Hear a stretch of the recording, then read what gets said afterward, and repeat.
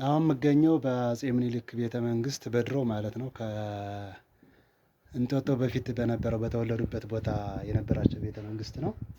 የሚገርም ነው።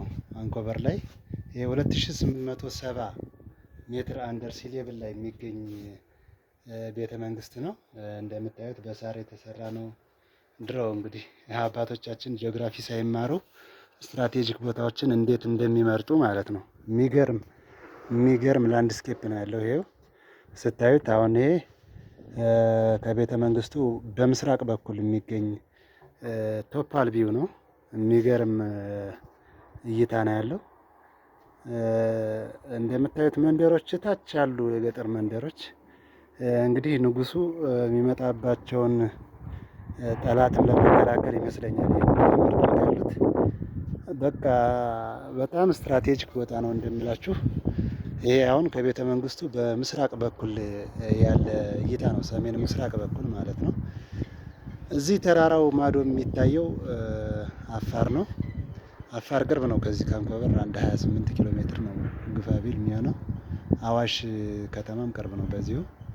እንደምታዩት እይታው አፋር ይለያል በጣም።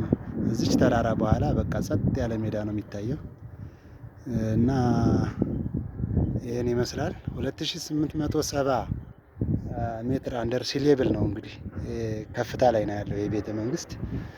እንደምታዩት በጣም የሚገርም እይታ ነው። ስላየሁት በጣም ደስ ብሎኛል። ይህን ቦታ እንግዲህ ያላያችሁትም እንድታዩት ሪኮመንድ አደርጋችኋለሁ። ያው እዚህ ጋር ትንሽዬ ከተማ አለች። ያው አንኮበር በስም አንኮበር ትጠራለች እንጂ ሌላ ነው ስሟ። አንኮበር ማለት የሆነ ያለሁበት ነው። በአካባቢው 3 ቤተክርስቲያኖች አሉ ማለት 4 ቤተክርስቲያን አለ። በጣም ጥንታዊ የሆነ ቤተክርስቲያን ነው። መድኃኔዓለም፣ ማርያም፣ ጊዮርጊስ ማለት ነው።